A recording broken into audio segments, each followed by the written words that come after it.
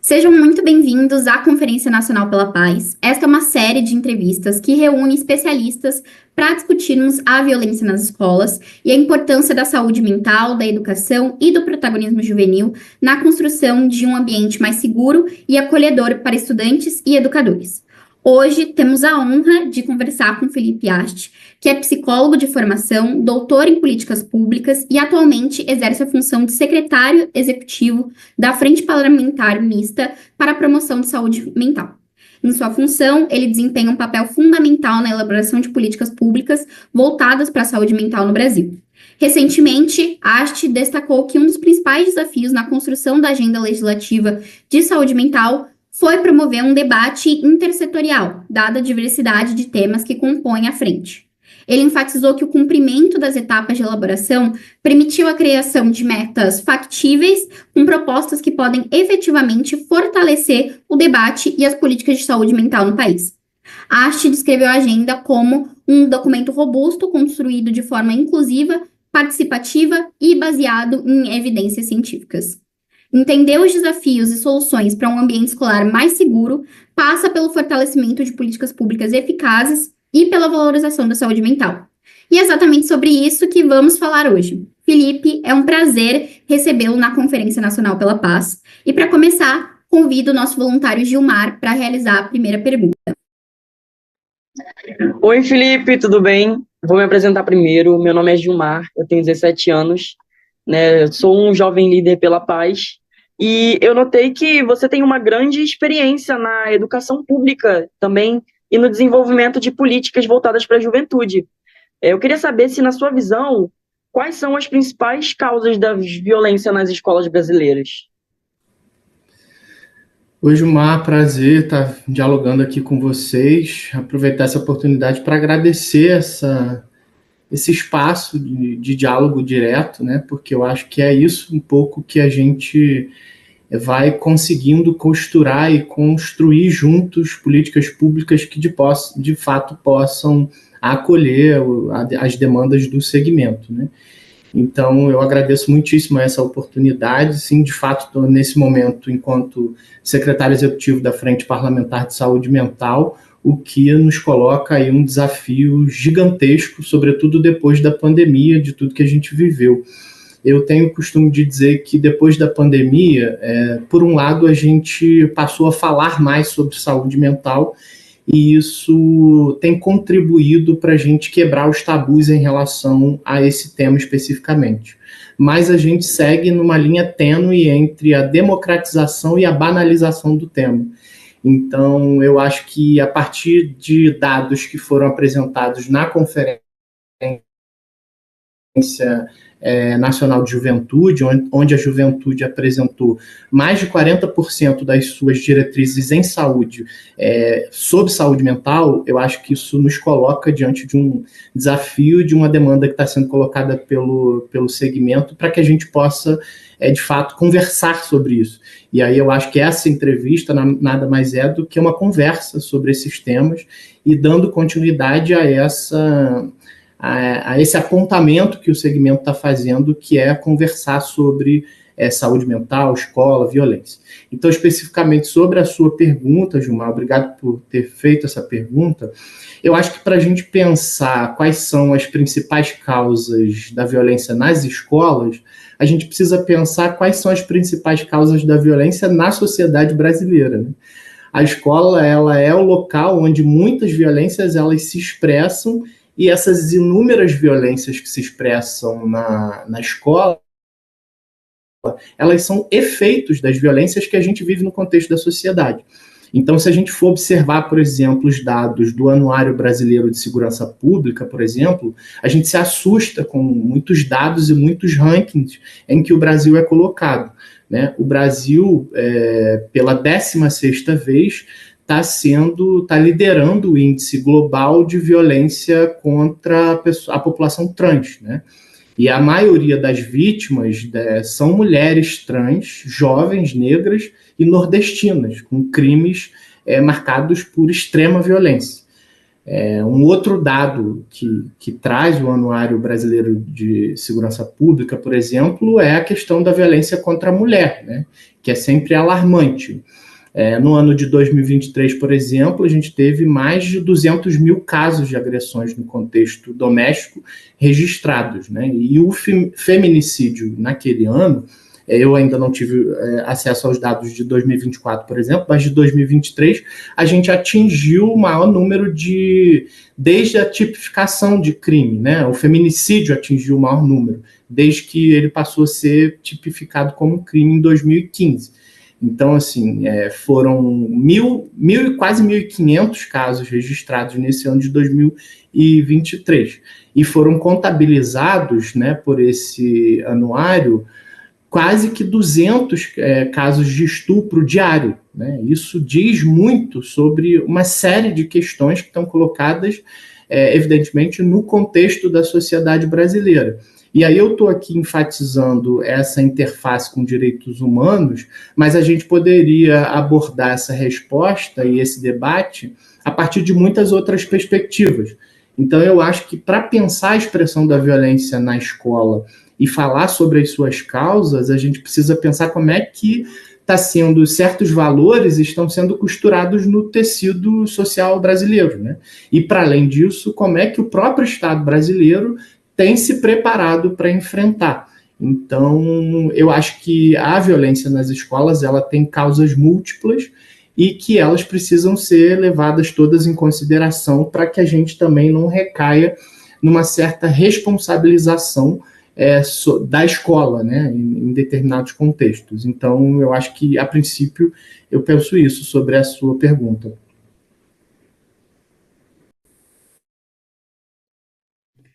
Que legal, Felipe. Muito obrigada. Eu queria também me apresentar. Meu nome é Mariana. Eu também sou jovem líder pela paz. Queria, como jovem, agradecer o teu trabalho, que com certeza impacta de uma forma muito forte as nossas vidas. E também totalmente concordar com a tua visão sobre a causa da violência, sobre esse espectro que se forma das diferentes violências. E aí que vem a minha pergunta, inclusive. Dentro desse espectro, tu acredita que, como problemas estruturais, como a desigualdade social, a falta de investimento em educação, contribuem para esse aumento da violência escolar?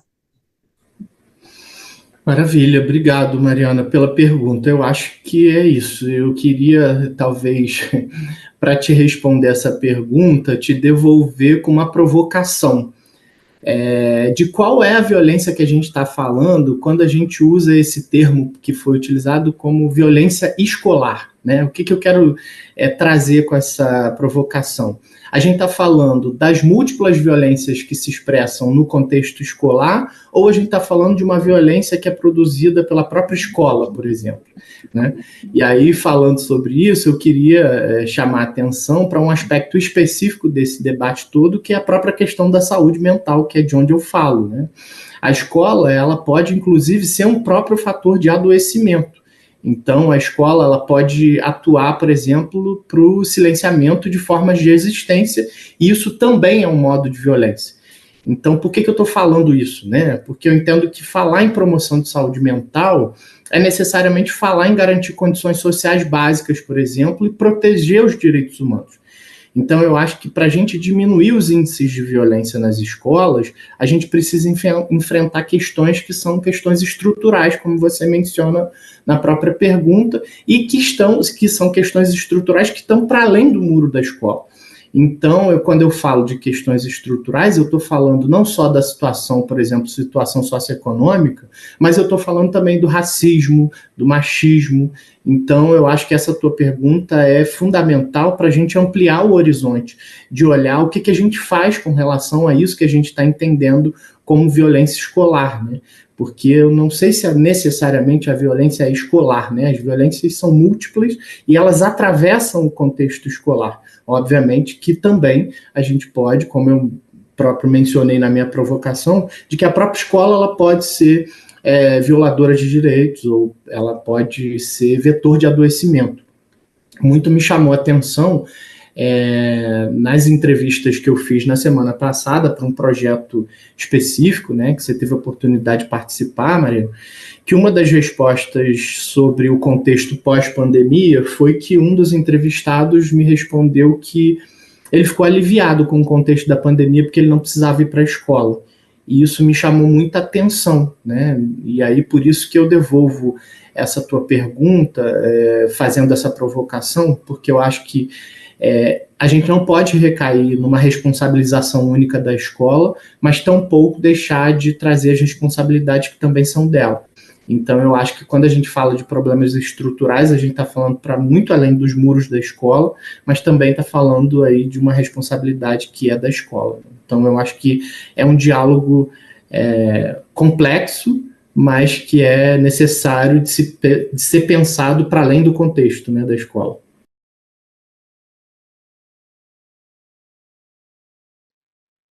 Oi, ui, peraí. Oi, gente, tudo bem? Oi, Felipe.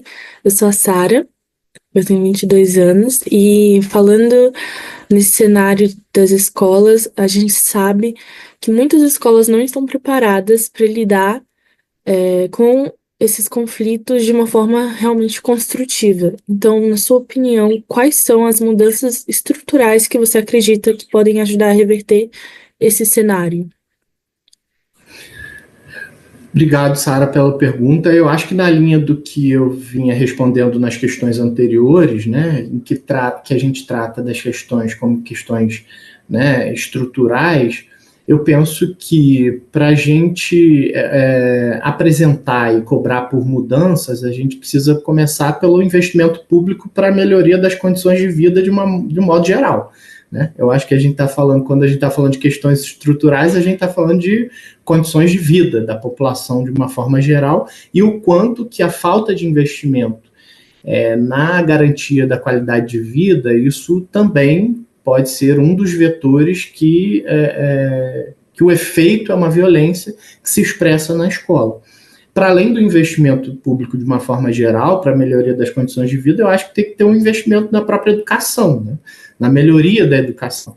E aí, mais uma vez, eu retomo a questão da saúde mental para se pensar, por exemplo, o acolhimento dos próprios professores. Como é que estão as condições de trabalho para esses professores que são atores fundamentais nesse diálogo permanente e nesse enfrentamento de uma violência que se expressa nas escolas. A gente não tem condições de pensar uma escola que possa acolher se aqueles que são os operadores do gerenciamento das crises que se expressam na escola estão adoecidos. Então, eu acho que a gente precisa pensar, né, obviamente, no investimento público para a melhoria das condições de vida de uma forma geral, mas no investimento público na melhoria das condições da própria educação. E isso eu estou falando, inclusive, sobretudo, da melhoria das condições de trabalho dos professores. Né? Essas melhorias, obviamente, eu sei que elas podem atenuar os efeitos das violências que são contextuais. E a escola ela pode estar mais preparada nesse sentido para acolher e resolver essas situações. Então, eu acho que as mudanças estruturais, elas têm que ser, de fato, mudanças que operam nessa perspectiva do que eu vinha trazendo ali nas perguntas anteriores. Né? Então, eu acho que tem uma perspectiva mais contextual geral, mas também tem uma perspectiva de como é que estão as condições da educação para que ela, de fato, possa oferecer um ambiente acolhedor. Né? Pô, Felipe, eu acho que você trouxe um ponto muito importante, que é a relevância da saúde mental e do bem-estar psicológico no papel de combater a violência. E eu queria que você explicasse um pouquinho mais para a gente, para quem está ouvindo, qual que é o papel da falta dessa assistência psicológica. Porque, como você disse, a gente está numa guerra entre trazer importância para a saúde mental, mas também não banalizar. Eu acho que mostrar qual que é o impacto de não ter essa assistência psicológica causa na violência, tanto que os jovens sofrem dentro da escola, quanto todas as violências que você citou nas outras respostas. A gente vem atuando aqui muito nessa perspectiva de garantir aquilo que a gente conquistou até então, do ponto de vista das políticas públicas para acolhimento àqueles que se encontram em sofrimento, sem deixar de encarar os desafios que estão colocados na atualidade. Então, eu acho que você toca num ponto que é fundamental, assim, que é a gente precisa de uma infraestrutura qualificada e direcionada a partir de evidências científicas para que elas possam, de fato, promover o acolhimento em liberdade daqueles que se encontram em sofrimento. Eu acho que isso é fundamental, da gente pensar os inúmeros equipamentos que estão colocados do ponto de vista do que a gente chama de rede de atenção psicossocial, né? As pessoas que se encontram em sofrimento psíquico têm ali uma série de equipamentos no campo da saúde para promover o acolhimento a questões específicas, né? Por exemplo, uma pessoa que faz uso problemático de álcool e outras drogas, ela tem lá dentro da RAPS aquilo que a gente chama de CAPS-AD, CAPS, álcool e outras drogas. Então, essa pessoa tem uma orientação específica de acolhimento que é promovida por esse equipamento. Então, eu acho que é fundamental. Agora, tem outras questões desse debate que são questões que estão ali nessa linha tênue que eu tinha mencionado no início da nossa conversa. A saúde mental, ela encontra-se hoje nesse limite entre a democratização e a banalização. E aí muito me preocupa, por exemplo, uma banalização dos diagnósticos, por exemplo. Né? A gente vive, por exemplo, nas redes sociais hoje, uma enxurrada de pessoas se apresentando a partir de diagnósticos e que não necessariamente são diagnósticos que são realizados por profissionais da área. São diagnósticos que são apropriados pelas pessoas, têm sido apropriados pelas pessoas a partir do que elas veem, por exemplo, na rede social. Então, tem um debate que precisa ser travado, que é de fundamental importância, que é o quanto que a gente está adoecido, no sentido de que acho que o sofrimento aumentou pelas condições de vida que a gente vem levando e pelo contexto geral da vida que a gente leva, né, uma vida hiperconectada em que a gente tem que realizar milhões de atividades num contexto urbano, muitas das vezes extremamente conturbado, e que necessariamente isso nos causa um estado de ansiedade. Agora, isso não necessariamente quer dizer que estamos doentes. E aí eu quero dizer que nós não necessariamente somos pessoas enquadradas em algum dos diagnósticos previstos lá no DSM-4/5. Então, o que eu quero dizer é o seguinte, que o debate da saúde mental é fundamental ser cada vez mais aprofundado e que esse debate da saúde mental nos leve para um lugar que é o lugar de lutar por melhores condições de vida. Porque a piora das condições de vida, ela é fator fundamental de processos de adoecimento. Então, de nada adianta a gente ficar aqui, talvez, levando o debate para cada vez mais para medicalização ou para os superdiagnósticos e sem problematizar a vida que a gente está levando. Então, eu acho que tem essa condição que está posta e esse desafio que está posto para o campo da saúde mental, que é o que a gente precisa pensar para além dos espaços de acolhimento. Eu acho que é a gente problematizar a própria condição de vida e a forma como a gente tem levado a nossa vida no contexto dessa sociedade em que a gente está vivendo. Então, eu acho que a sua pergunta é muito oportuna no sentido de, sim, temos que avançar nos espaços de acolhimento específico para a saúde mental e, ao mesmo tempo, entender que esses espaços eles não vão dar conta de acolher as inúmeras situações de sofrimento se a gente seguir nesse modo de sociedade em que produz inúmeros adoecimentos. Então, eu acho que a gente caminha aí em paralelo no fortalecimento das políticas de acolhimento, né, nas políticas públicas de acolhimento, e, ao mesmo tempo, entender se questionar o que é que tem provocado os nossos adoecimentos. Realmente a gente sabe que o ambiente escolar, ele influencia não somente o aprendizado, né, mas também o bem-estar dos estudantes. e a gente sabe que você acompanhou iniciativas de sucesso na redução da violência escolar e aumento também no engajamento juvenil. Você pode compartilhar algum projeto que trouxe resultados concretos, tanto para a redução da violência quanto para a saúde mental dos jovens? Perfeito, Gilmar. Eu acho assim que eu teria alguns relatos para fazer, mas eu queria aproveitar essa oportunidade para falar de um projeto que foi o projeto que eu estive na gestão durante 8 anos, que é o Parlamento Juvenil da Alerj do Rio de Janeiro. O Parlamento Juvenil é um projeto que é executado pela Assembleia Legislativa do Estado do Rio de Janeiro, em parceria com a Secretaria Estadual de Educação, né, do Rio de Janeiro, e é um projeto que abarca os 92 municípios do estado do Rio. É um projeto voltado exclusivamente para os alunos da rede pública estadual, e ele pega alunos entre 16 e 17 anos nos ensinos, no primeiro e segundo ano do ensino fundamental. Por que eu acho que esse projeto é um projeto que contribui para a diminuição, para a redução da violência no contexto escolar? Porque eu acho que necessariamente ele oportuniza que os jovens sejam de fato protagonistas de suas próprias histórias. E eu acho que isso, criar um canal de escuta, debate e necessariamente construção de um encaminhamento comum em que o adolescente, o jovem, vê resultado do seu trabalho, o próprio engajamento produz uma rede na escola que conduz aquele adolescente para a oportunidade de participação de inúmeras formas dentro do seu contexto escolar. E isso amplia e multiplica as possibilidades de educação dentro desse contexto.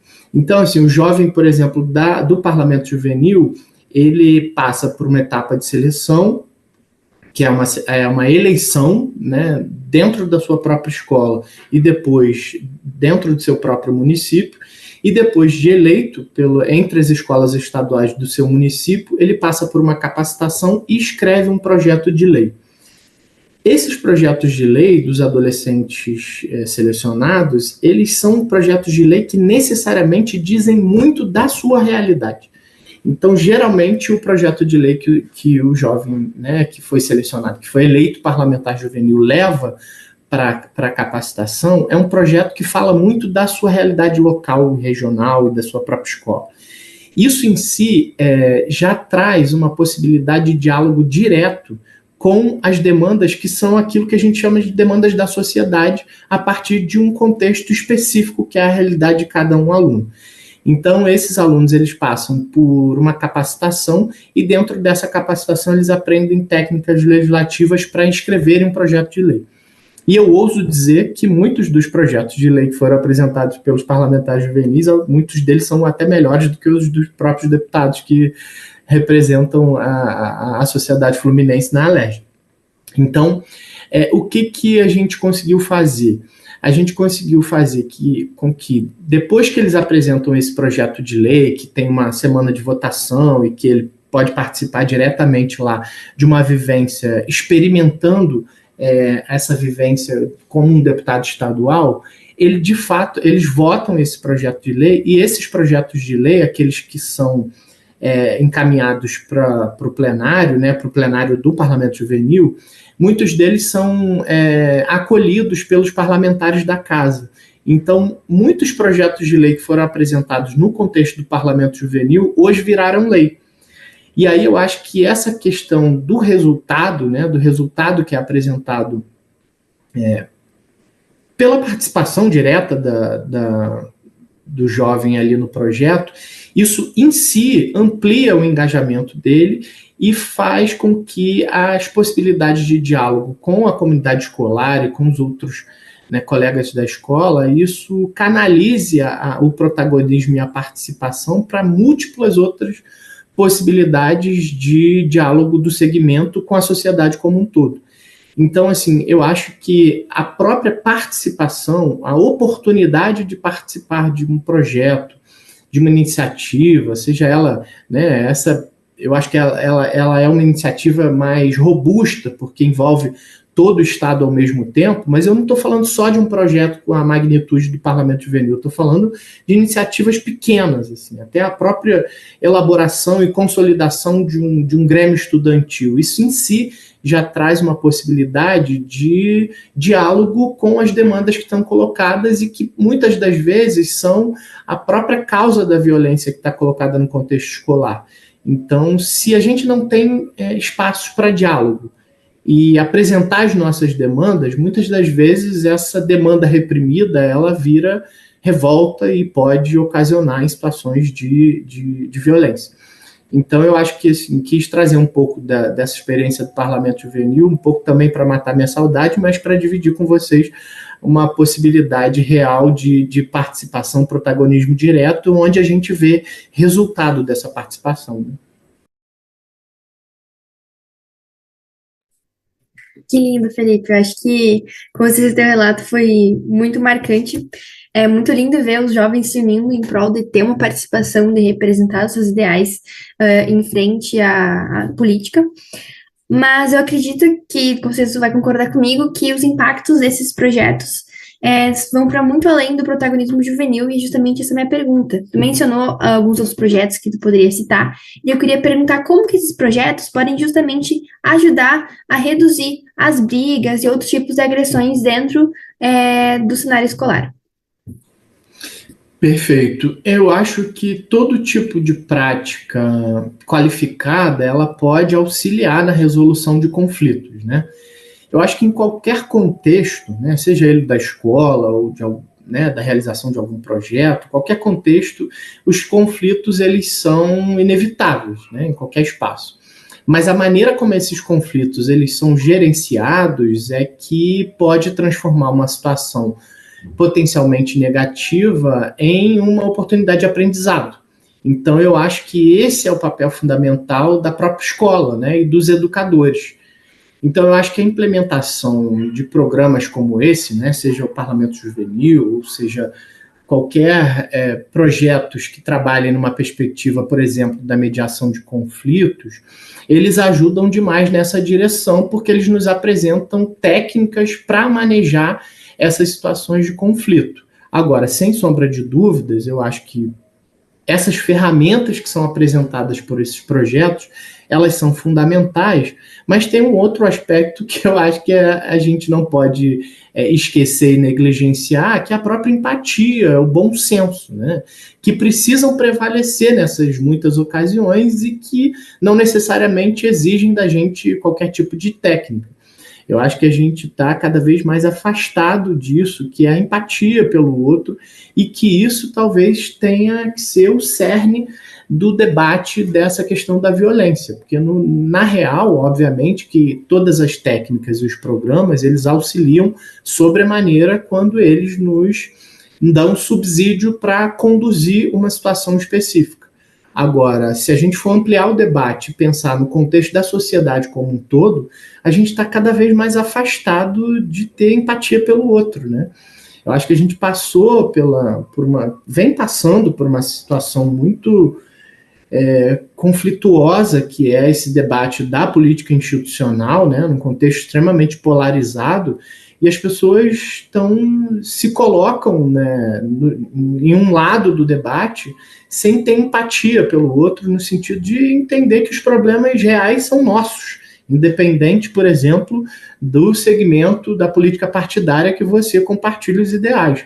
Então, eu acho que esses programas eles são fundamentais, porque de fato ajudam, porque apresentam diversas formas e diversas técnicas e diversas maneiras de abordar determinadas situações específicas, mas a gente não pode negligenciar de construir junto um projeto de sociedade em que a gente olhe para o coletivo, né? E que a gente tenha empatia pelo outro, sem necessariamente aquele outro ser do seu segmento, ser da sua raça, ter a mesma sexualidade.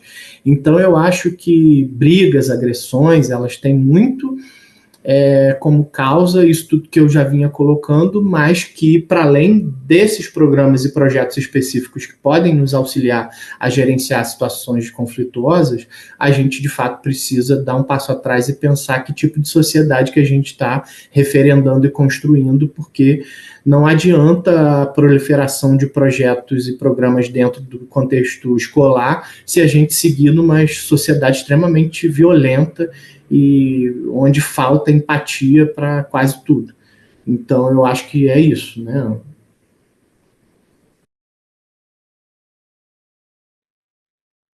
Não, Felipe, eu acredito sim que o envolvimento da comunidade escolar, tipo, professores, alunos, as famílias, ele é essencial nessa construção que a gente quer do ambiente mais pacífico dentro das escolas. Então, eu gostaria de saber, na sua experiência, como se pode fortalecer essa rede de apoio dentro das escolas, dentro das salas de aula. Bom, eu acho que a gente precisa consolidar um suporte institucional para os professores, para o corpo técnico, para o corpo administrativo. E o que eu estou falando com isso? Né? Eu estou falando, mais uma vez, em condições dignas de trabalho para que a escola possa ampliar os canais de diálogo, tanto internamente, né, entre a sua própria equipe, né, professores e alunos, quanto entre a escola e a comunidade escolar como um todo, né, e aí incluindo a família, mas não só a família, mas o próprio local onde a escola está inserida, né. Certa vez eu fui selecionado, eu era servidor de um município da região serrana, como psicólogo de um equipamento social que acolhia crianças e adolescentes, e a comunidade, né, o bairro especificamente, ele foi extremamente preconceituoso com a implementação daquele equipamento social lá naquela localidade. Então, eu acho que, por exemplo, na medida em que a gente consegue consolidar um suporte institucional e garantir condições dignas de trabalho, a escola vai ficar cada vez mais fortalecida para consolidar esses canais de diálogo, não só internamente, mas da própria escola com isso que a gente está chamando de comunidade escolar, né? E eu acho importante que essa pergunta seja abordada sobre o ponto de vista disso que a gente conhece como comunidade escolar, porque isso evita que a gente recaia numa responsabilização descontextualizada da escola, né? Eu acho que a gente tem que tratar a escola como responsável para encontrar as soluções junto com a família, com o local em que ela está inserida e com o contexto da sociedade em geral. Então, eu acho que quando a gente fala em rede, fala em comunidade escolar, é fundamental, né, que essa pergunta tenha sido abordada a partir daí, porque a gente tira dessa perspectiva de responsabilização única da escola como detentora de um saber que tem que encontrar as soluções. Você é a única responsável por encontrar as soluções? Acho que não. Eu acho que essas soluções elas têm que ser construídas juntas, e aí eu acho que é fundamental que, por esse viés do fortalecimento desse suporte institucional, a gente tenha uma escola mais robusta para poder criar esses canais de diálogo e construção coletiva de soluções. Eu acho importante você tocar nesse ponto de construção coletiva, porque um dos desafios dos jovens líderes é o pilar da saúde mental, porque em toda a nossa atuação a gente passa por essa construção coletiva, mas a gente enxerga uma necessidade muito maior, né, de ter esse atendimento, às vezes individual, profissional, em relação à saúde mental. E eu acho que uma das coisas que a gente tem que implementar são as políticas de educação socioemocional. E eu queria entender como que você acha que isso pode ajudar a gente a construir um ambiente mais pacífico, também a construir essa realidade de educação socioemocional em maior escala, né? Como que a gente pode integrar família, escola ou até projetos como Jovens Líderes para fazer esse papel de construção coletiva. Eu acho que a gente precisa criar pontes. Criar pontes entre iniciativas que já estão sendo implementadas, tanto do ponto de vista de iniciativas a partir do protagonismo do juvenil, como é o caso dos Jovens Líderes pela Paz, com aquilo que existe de políticas públicas já consolidadas, como, por exemplo, é o caso do programa Saúde na Escola, por exemplo. Eu acho que a gente criar pontes entre essas iniciativas e aquilo que já existe sendo desenvolvido do ponto de vista das políticas públicas, elas só vêm a fortalecer isso que pode ser uma rede para acolhimento das questões de sofrimento e gerenciamento de situações de crise, né? Seja ela de violência ou de qualquer outra ordem. Então, eu acho que criar pontes entre aquilo que está sendo apresentado como inovação e costurando possibilidades de diálogo com aquilo que a gente já tem consolidado enquanto políticas públicas pode ser uma boa alternativa para a gente, de fato, promover um espaço da escola como um espaço que possa acolher, inclusive, as questões de saúde mental. Obviamente que a escola não é o espaço direto para acolhimento de saúde mental, né? A gente está falando de uma questão de saúde, mas existe no campo desse debate, né, um conceito que é o conceito da intersetorialidade, que é fundamental que não seja esquecido. Então, por exemplo, o programa Saúde nas Escolas, ele é um programa que atua numa zona intersetorial, entre saúde e educação. Então, do ponto de vista daquilo que está sendo apresentado como inovação e protagonismo de implementação de projetos, na medida em que ele fala de uma realidade específica que não está sendo contemplada pelas políticas públicas que até então foram implementadas, eu acho que elas podem promover um bom diálogo no sentido de construção de alternativas para acolhimento, e isso que está sendo colocado como desafio contemporâneo. Então, eu não sei se eu te respondi, mas eu acho que um caminho seria colocar em diálogo as práticas, né, locais, regionais, com aquilo que a gente já tem consolidado e apresentado pelo campo da saúde e da educação. Acredito nisso também. Acredito que a escola também não é só um lugar de aprendizado, mas também muito de crescimento pessoal. E quando os alunos se sentem parte da solução, o impacto ainda é muito maior. E é exatamente isso que o projeto Jovens Líderes pela Paz nas escolas tem como proposta, né, de capacitar os alunos para atuarem nessa prevenção da violência. Eu queria te perguntar como que a gente pode estimular esses jovens a assumirem esse protagonismo. Pegando novamente o exemplo do projeto do Parlamento Juvenil, eu acho que tem um aspecto que é importante, que é da gente compartilhar os resultados. E aí fazer um acompanhamento qualificado daquilo que a gente está entendendo como resultado e dividir isso numa diretriz daquilo que eu chamaria de restituição, né? Restituição do trabalho. Eu acho que na medida em que a gente costura uma possibilidade de dialogar, não só no processo de construção, mas também no processo de desenvolvimento e conclusão de algum projeto, eu acho que isso pode ser um fator que estimula a participação de outros jovens.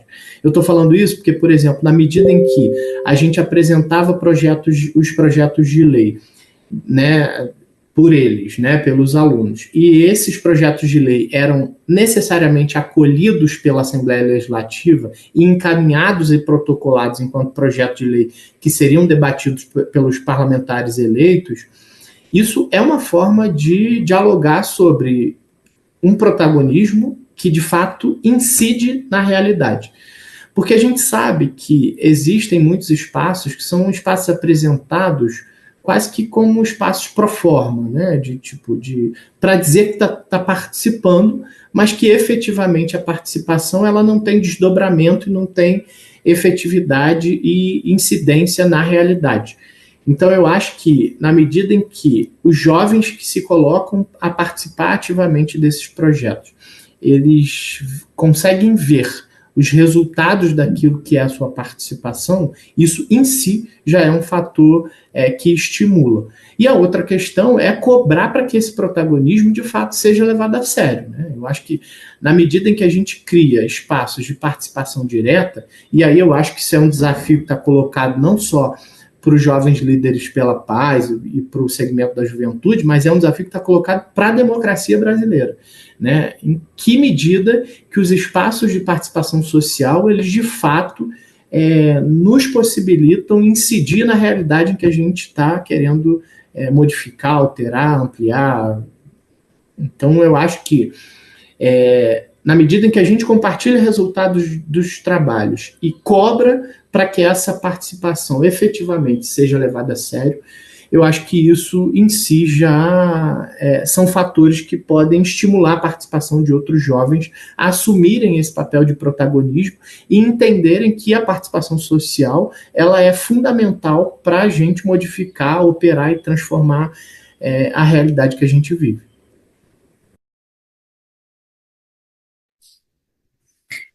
É muito bonita a tua visão sobre a juventude, eu concordo plenamente.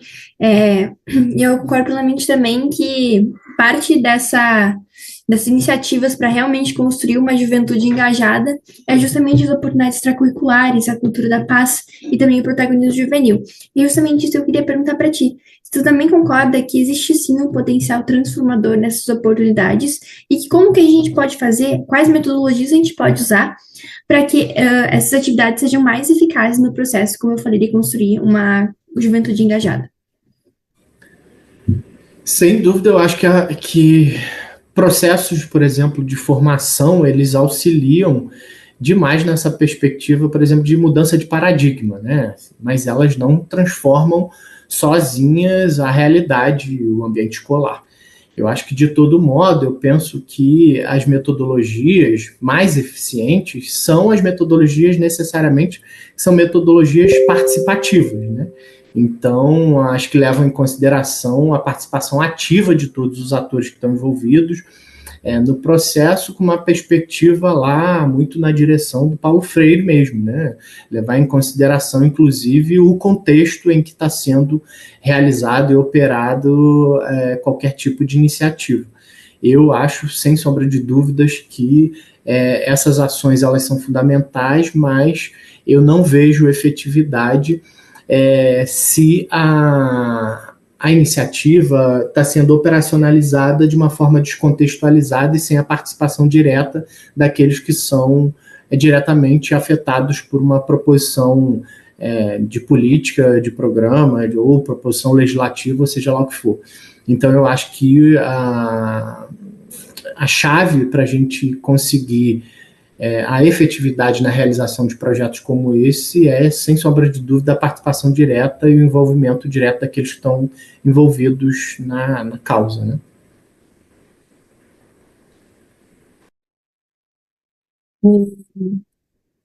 Muito obrigada por ter respondido a pergunta anterior. E a minha pergunta para você é em relação à atuação do governo dentro de projetos como, por exemplo, os Jovens Líderes pela Paz nas escolas, como eles podem apoiar para que esses projetos eles sejam mais amplos e efetivos na implementação. Eu acho que podem existir algumas formas, né, de apoiar projetos como esse. Uma delas seria incentivar, por exemplo, a parceria local a partir de termos de cooperação, né? Eu acho que, em certa medida, a burocracia ela pode auxiliar a conseguir se consolidar a partir de alguns caminhos que podem ser estabelecidos, por exemplo, com isso que eu estou citando, que seriam termos de cooperação, né, entre aqueles espaços onde são desenvolvidos a atividade e a possibilidade real de que aquilo aconteça num contexto que ele pode ser desenvolvido. Eu acho que outra coisa pode ser, né, o contexto da escola e o Estado, o governo, oferecer infraestrutura para a implementação do projeto, e aí eu estou falando de muitas coisas, desde a oferecer um espaço na escola, uma parceria que pode ser, né, acontecer dentro do espaço da própria escola, mas, para além disso, quem sabe garantir recursos para a realização da atividade.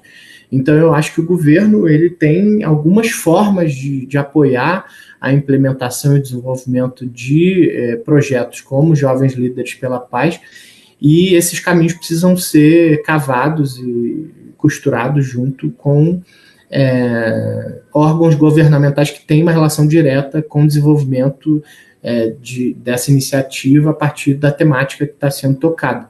Então, eu acho que é isso, né? Estabelecer parcerias através de termos de cooperação, oferecer infraestrutura e garantir recursos, quem sabe, para a realização de atividades. A gente sabe que o caminho para cada um dessas formas do governo colaborar são caminhos extremamente árduos e complicados e que exigem um nível de articulação e debate e diálogo com muitos atores do governo, mas são possibilidades aí que a importância de um projeto como esse pode ganhar a partir do momento em que ele passa a ter o apoio governamental para desenvolvimento de atividades específicas.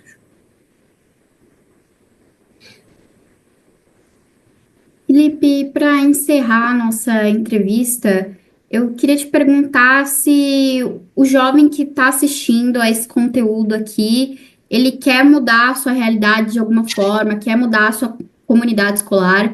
Quais que você acredita que são os caminhos que os jovens podem seguir para serem ouvidos e para impactarem as políticas públicas? Olha, eu acho que isso tem uma relação direta com a resposta que eu já havia dado na outra pergunta, que quando vocês me fazem essa pergunta, eu entendo que esse é um desafio que está colocado para a democracia brasileira. E aí eu penso que, ao invés da gente se afastar dos espaços em que a gente tem a possibilidade até então de participação direta, eu acho que a gente tem que se apropriar desses espaços. Então, eu acho que primeiro entender onde é que estão colocados esses espaços de possibilidade de escuta e participação direta, entender onde é que estão colocadas as lacunas, onde é que inexiste possibilidade de diálogo e conversa direta para apresentação das demandas e lutar para que sejam construídos, e ocupar esses espaços. Eu acho que se a gente não ocupa, alguém vai ocupar. E aí, na medida em que a gente entende que a participação direta e ativa é fundamental para a transformação social, a gente não tem outro caminho a não ser ocupar esses espaços para que, de fato, eles operem mudanças na realidade que está sendo apresentada pelo segmento específico. Então, eu não vejo outra saída que não seja a ocupar os espaços que estão colocados. E quando eu falo os espaços que estão colocados, não só os espaços institucionais, né, formalizados. Eu estou falando de inúmeras possibilidades. E aí eu dialogo, acho que diretamente, com isso que vocês apresentam com Jovens Líderes pela Paz, né, que é a construção de uma via possível para elaboração de estratégias de enfrentamento à violência e que dialoga direto e indiretamente com algumas iniciativas que são governamentais e que já estão colocadas, mas que não contemplam a gama toda do que está sendo apresentado, né, do que se expressa nas escolas. Então, eu acho que para além de ocupar os espaços que já estão colocados, inventar outros espaços, criar outras possibilidades de diálogo, e isso vocês fazem maravilhosamente bem quando executam essa iniciativa dos Jovens Líderes pela Paz. Eu acho que iniciativas como essas tendem a ampliar os canais de diálogo com aqueles espaços institucionalizados e que já estão formalizados e criar ponte entre uma demanda que está posta, que é o contexto da violência que se expressa na escola, com as inúmeras possibilidades que existem de acolhimento para isso, né, de enfrentamento à violência e acolhimento àqueles que sofrem os efeitos da violência, mas também de construção de outras coisas que não estão colocadas no campo até então. Então, eu acho que é se apropriar dos espaços que já estão formalizados, mas, para além disso, inventar outros. Acho que você terminou muito bem com uma mensagem muito poderosa sobre ocupar os espaços. Eu acho que isso é muito importante, é uma das mensagens, sim, dos jovens líderes. Mas, Felipe, a gente gostaria de agradecer muito por você ter compartilhado a sua experiência e conhecimento sobre políticas públicas voltadas tanto para o protagonismo juvenil quanto para a saúde mental. E as suas reflexões e contribuições são essenciais para que não só a gente que está aqui batendo esse papo, mas todo mundo que vai assistir a essa conversa e entender os desafios e caminhos para um ambiente escolar mais seguro e acolhedor. A gente agradece também a todo mundo que acompanhou essa entrevista, a troca de saberes e a colaboração de especialistas como o Felipe com os jovens líderes e esse bate-papo com os jovens nos ajudam a criar soluções mais eficazes para combater a violência no ambiente escolar. E a gente convida você a conhecer mais sobre o projeto Jovens Líderes pela Paz e a se engajar ativamente na luta contra a violência escolar. Juntos, nós podemos construir um futuro mais seguro, acolhedor e saudável para todos os estudantes. Continuem acompanhando as próximas entrevistas e compartilhe esse conhecimento com a sua comunidade.